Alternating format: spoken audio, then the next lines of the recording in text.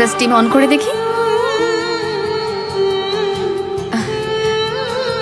নাক দিয়ে শ্বাস নাও আর আস্তে করে ছাড়ো।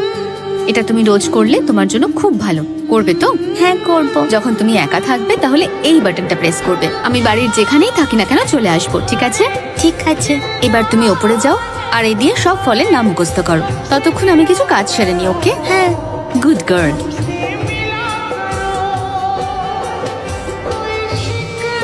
চলো এখন যাই, মা এখন বিজি আছে।